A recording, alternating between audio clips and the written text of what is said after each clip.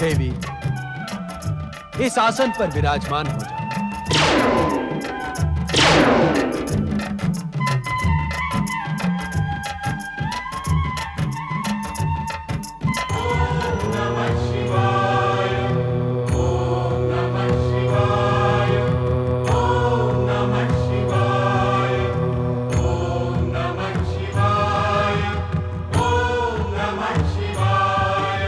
ब्रह्म ज्ञान की कथा अत्यंत रहस्यमयी तथा कठिन है। हम ये ज्ञान तुम्हें समाधि अवस्था में प्रदान करेंगे। इसे कहते हुए हमें तथा सुनते हुए तुम्हें रोमांच का अनुभव, अतः सुनने की सहमति का हुंकार भरती है, जिससे हमें यह ज्ञात रहे कि तुम ध्यान से ब्रह्म कथा सुन रही हो। जो आज्ञा। शक्ति स्वरूपा पार्वती, तुम्हें यह ज्ञात हो कि पूर्व काल में हमने अपने निर्गुण दिव्य तेज से पंचक्रोशी नगरी का निर्माण किया।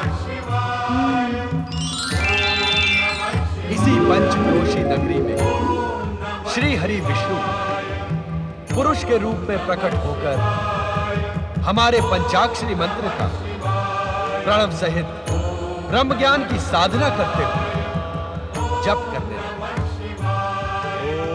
ओम नमः शिवाय। हमारे इस पंचाक्षरी मंत्र के निरंतर जप से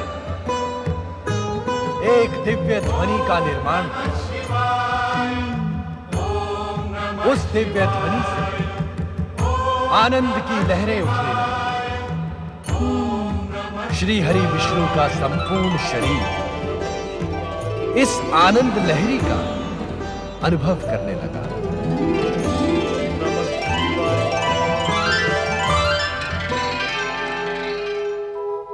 उनके शरीर से पवित्र ओमकारमय ध्वनि निकली।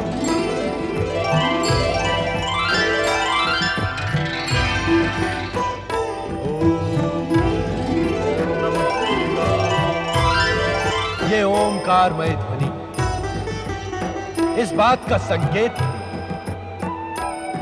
कि परम पुरुष श्री हरि विष्णु को ब्रह्म ज्ञान का साक्षात्कार होने लगा था। यह ब्रह्म ज्ञान शिव का स्वरूप है।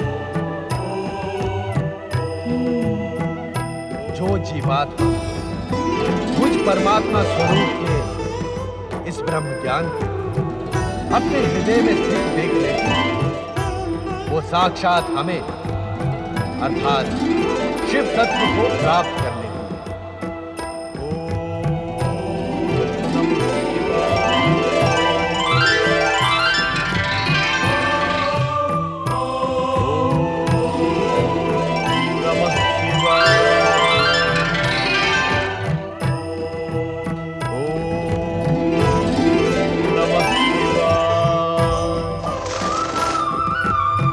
पार्वती,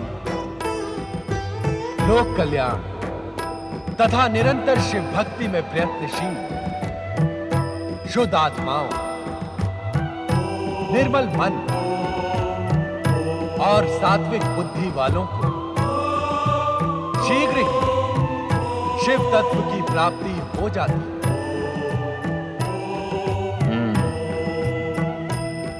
सृष्टि के कण कण में शिव तत्व की अनुभूति,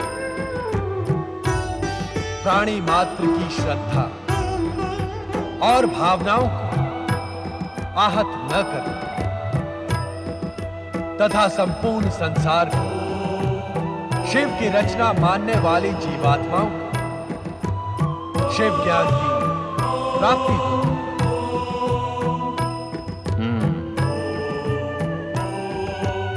अपने को श्रेष्ठ और दूसरे को निकृष्ट न मानना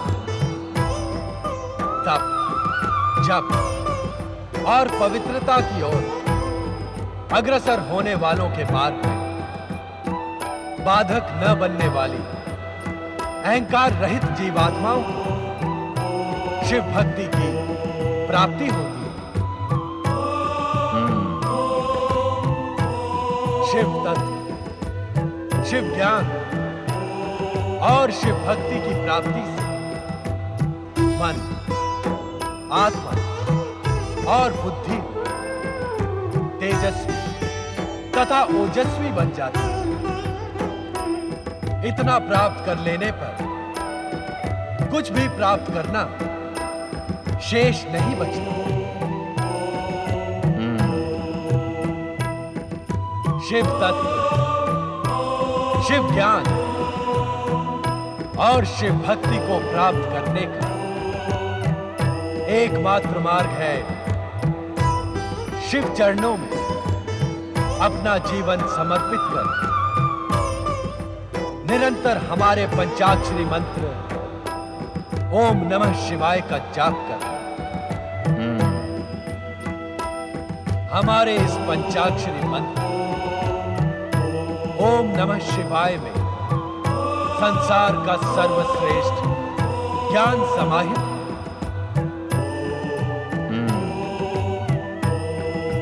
ओम अग्र पूजा को समर्पित त्रिदेवों का प्रतीक आदि स्वर।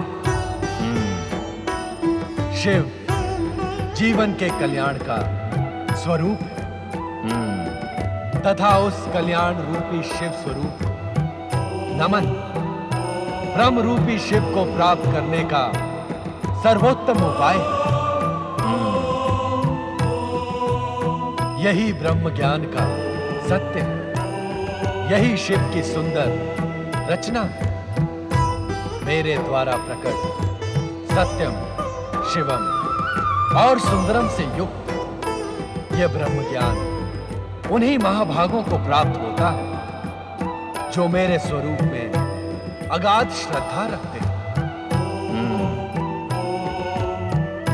मेरी आज्ञा अनुसार धर्म मार्ग पर चलने वाले प्राणी मेरी ही कृपा से मल एवं माया से मुक्त होकर मेरे परमानंद सच्चिदानंद स्वरूप में लीन हो जाते हैं।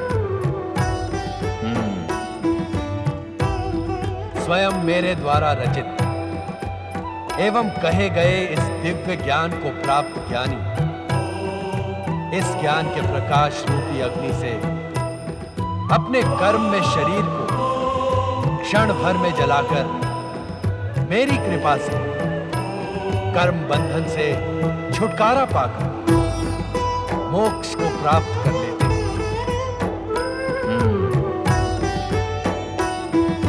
तब इस सृष्टि का गोपनीय से गोपनीय रहस्य भी उसके सम्मुख रहस्य नहीं रह जाता, कारण कि वो स्वयं शिव तत्व प्राप्ति का प्रतीक बन जाता। यही है परम दिव्य ब्रह्म ज्ञान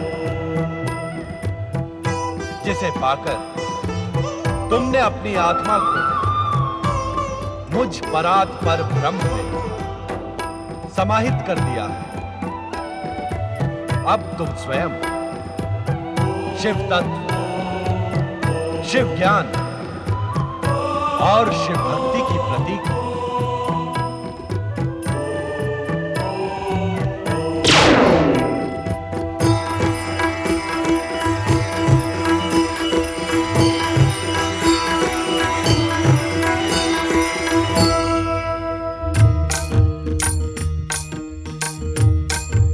तुम सो रही हो पार्वती, तुम अपनी निद्रा को रोक न सके। परम शिव तत्व और ब्रह्म ज्ञान की प्राप्ति के स्थान पर तुम्हें निद्रा ही प्रिय है। आश्चर्य है, हमारे प्रत्येक वचन पर हुंकार कौन भर रहा है? कौन है वो प्राणी जो हमारी आज्ञा के बिना इस दिव्य ब्रह्म ज्ञान के संदेश को सुनकर हुंकार भर रहा था। उपस्थित हो।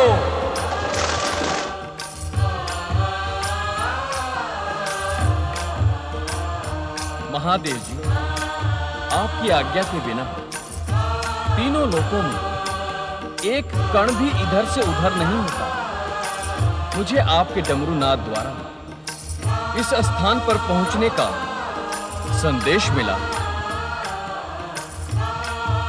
क्या आपकी इच्छा के बिना कपोत जैसा साधारण प्राणी इस भयानक शीत प्रदेश में एक क्षण में जीवित रह सकता है? इसके उपरांत भी यदि मैंने आपकी आज्ञा का उल्लंघन किया हो तो आप मुझे दंड दें भोलेनाथ। मैं पापी आपके दंड का ही योग्य हूं स्वामी। मन छोटा न करो धौम्य। ये सारी माया हमने तुम्हें शाप मुक्त और ब्रह्म ज्ञान देने के लिए ही रची थी। ब्रह्म ज्ञान के लिए तुम्हारी पात्रता पहले ही निश्चित हो गई थी। अब तुम अपने गुरु के शाप से मुक्त हो ब्रह्म ज्ञानी धौम्य।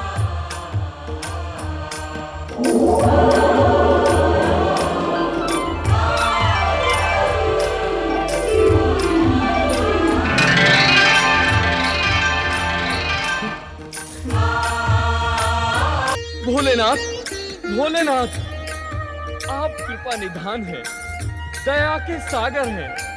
शापग्रस्त धौम्य को कपोत योनि से मुक्ति देने के लिए आपने कितना कष्ट किया है। आप कैलाश से यहाँ आए। जय जय भोले भंडारी, जय शिव शंकर, जय जय शिव शंकर, जय जय शिव शंकर। ये मैं क्या देख रही हूँ? डमरूनाद के उपरांत भी इस गुफा में ये युवा ऋषि कैसे प्रकट हो गए? माता, मैं और ऋषि का शिष्य धौम्य हूँ। भोलेनाथ की प्रेरणा से ही यहाँ उपस्थित हुआ हूँ। भोलेनाथ की प्रेरणा? हाँ माता, मैं शापग्रस्त धौम्य कपोत वनम आकाश में उड़ रहा था। तभी मुझे भोलेनाथ के डमरूनाद द्वारा इस स्थान पर पहुंचने का आदेश मिला। माता, आज भोलेनाथ की कृपा से मेरा पुनर्जन्म हुआ है।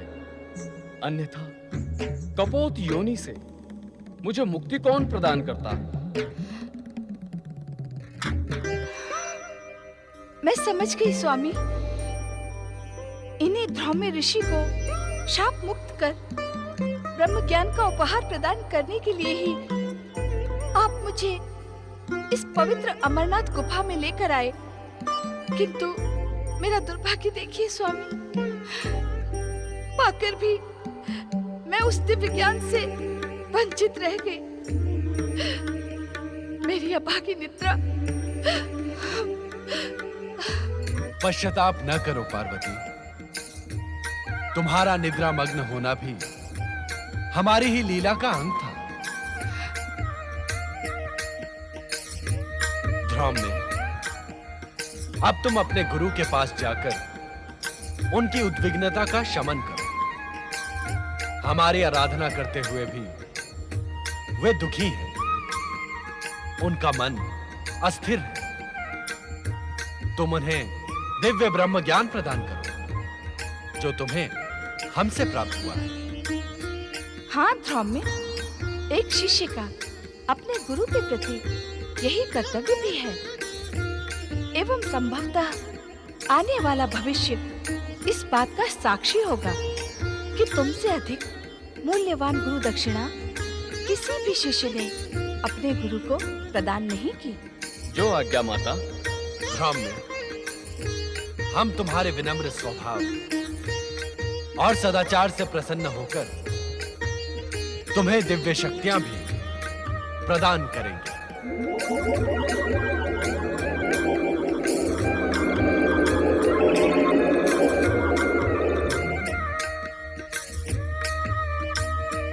मैं आपकी इस महान कृपा के योग्य नहीं था भोलेनाथ। भगवान, अब मुझे आज्ञा दी, जिससे शीघ्र अतिशीघ्र मैं अपने गुरु को विषाद मुक्त कर सकूं। ओम नमः शिवाय। स्वामी, क्या मैं अब भी ब्रह्म ज्ञान से वंचित रहूंगी? धैर्य रखो देवी, समय आने पर इस प्रश्न का उत्तर तुम्हें अवश्य मिल जाएगा। अपने मन की उद्विग्नता का शमन करो देवी। तुम्हारे मन में जो प्रश्न जन्म ले रहे हैं, उनका निसंकोच उल्लेख करो। स्वामी, ये अमरनाथ गुफा आपके ब्रह्म ज्ञान प्रदान करने से ब्रह्म भूमि बन गई है। इसके शांत तथा आध्यात्मिक वातावरण ने मेरे मन को प्रफुल्लित कर दिया है। स्वामी, अब मेरा मन यहाँ से जाने को उत्सुक नहीं है। क्या हम इस स्थान पर अनिश्चित काल तक निवास नहीं कर सकते? तनिक अपने नंदी तथा अन्य शिव भक्तों के साथ ही उन प्रियजनों की भी चिंता करो पार्वती, जो अपने समस्याओं के समाधान के लिए हमारी शरण में कैलाश पहुंचते हैं। हमें कैलाश पर ना पाकर सभी भक्त एवं प्रियजन भी ब्रह्म ज्ञान के लिए प्रयत्नशील होंगे। इससे उन सबका कल्याण होगा। माँ के हृदय में ममता का ही वास होता है। जो ज्ञान तुम स्वयं प्राप्त न कर सकी, उसे अपने भक्तों को प्राप्त कराने के लिए कितनी ललायत हो तुम।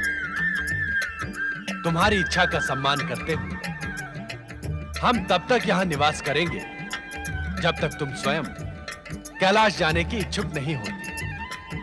किंतु क्या स्वामी? हम यहां इस रूप में न रहकर हमारे प्रति हिम निर्मित शिवलिंग में ज्योति स्वरूप में निवास करेंगे। जो आज्ञा स्वामी।